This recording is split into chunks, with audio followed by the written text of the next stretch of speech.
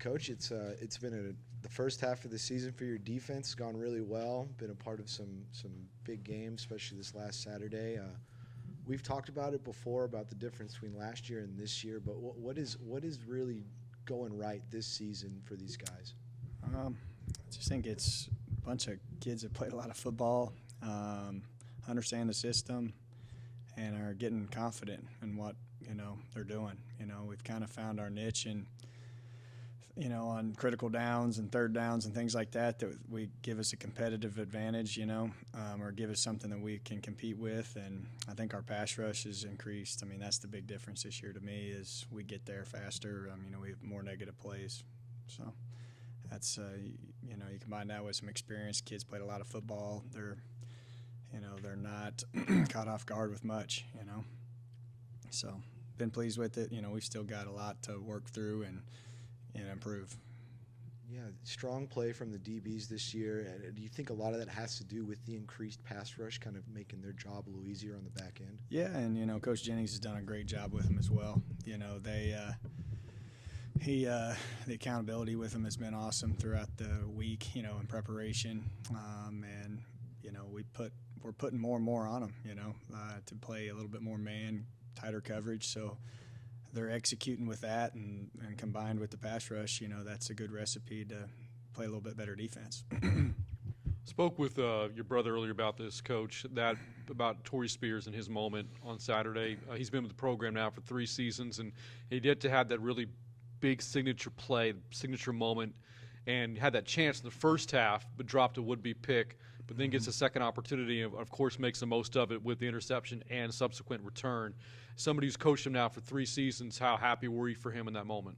Oh, extremely happy. I mean, he's a guy that if you know him, he's a really intelligent football player, and when he's been in those situations, he'll show some confidence, and then he won't show the confidence, in those certain settings to go just attack a football, and to see him do that, it's almost like it just unleashed something that has been kind of wrapped up inside of him, that now that he knows he can do it, maybe he'll be able to do it a little bit more often. But that was a huge play. I mean, I wasn't expecting them to abandon their run game, that fast out of the third quarter, so they moved the ball a little bit on us down there, and if they score there, it's going to be a tight ball game going through that second half. So credit to him, did exactly what we coached him to do all week and made a huge play.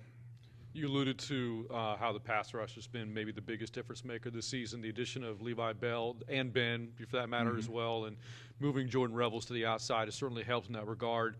Because of what you've gotten out of the pass rush, how much more creative have you been able to be schematically, play calling on defense? To me, when you have pass rush, you don't have to be as creative.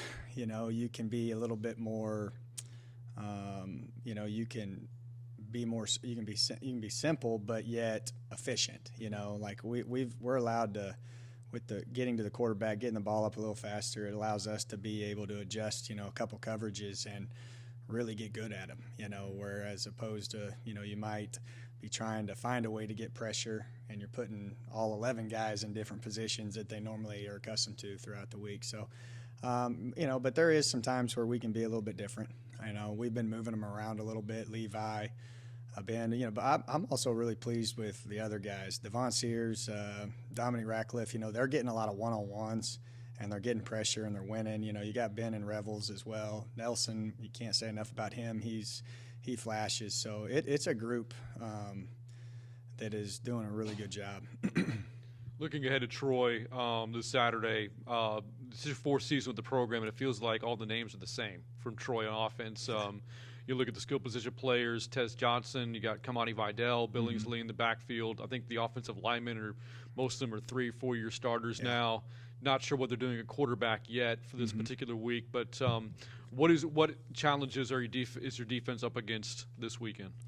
They're a veteran group. I think that to me the thing that challenge that they are giving us that's been a little bit different over the last 3 or 4 weeks is their pass game sets up their run, where when you go to James Madison app, their run game sets up their pass. And So we're going to have to do a really good job from a coverage standpoint, and then obviously get there up front. But they're a veteran team now.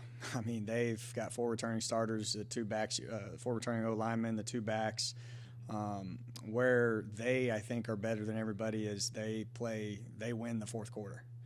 They're a team that's good enough, they're experienced enough, they play good defense, they're really efficient on offense, they're explosive on offense, they're really good on special teams. And when you get to the fourth quarter, they've been there, done that, and they win the game. So it's going to be a 4-quarter test for us. And, I want to get to the fourth quarter and it be a battle, and see where we stand from there.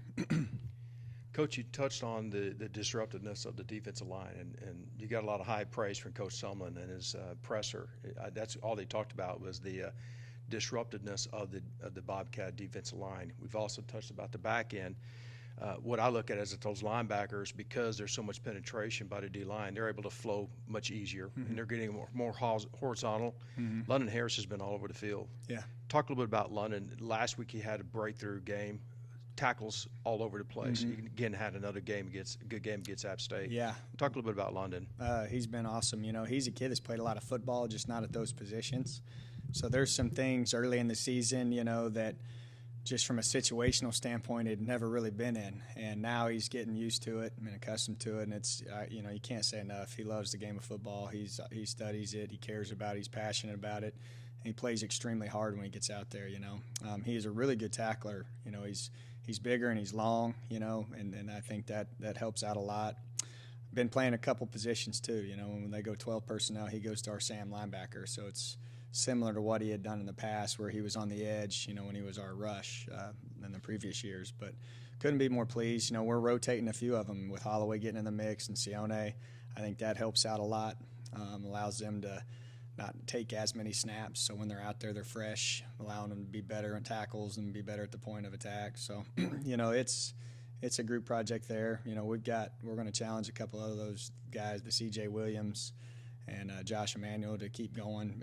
They're practicing really well, so that, when we start getting into the 12 and 13 personnel like these guys we'll have a package where maybe we can get some of them going.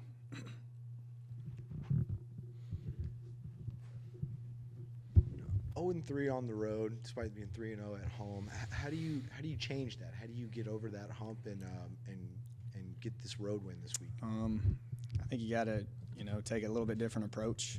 I think if my message this week is if you watch the road wins across the country in college football, they play good defense. We're going to have to play a really good defensive game if we're going to want to win this. Obviously. You go someone else's atmosphere, they have a lot of distractions, and the crowd can be a different thing. But if you can play solid defense, you got a chance, But we've got to be a lot better. We haven't executed like I want on the road. To be honest, if you look at our 3 games, there's 3 or 4 plays in Nevada in the red zone where you could have held them to field goals where we just didn't execute. Baylor, there's 3 or 4 critical errors where that game could have been a lot closer. James Madison, you play a good first half, you're fighting, and then you give up a couple plays there at the end off of things that we control. So I think that's going to be the message. That's been the message, and and how do we do it? We're going to be a little bit harder on how we practice and our execution there. We need to make sure all 11 guys are doing exactly what they're told to do.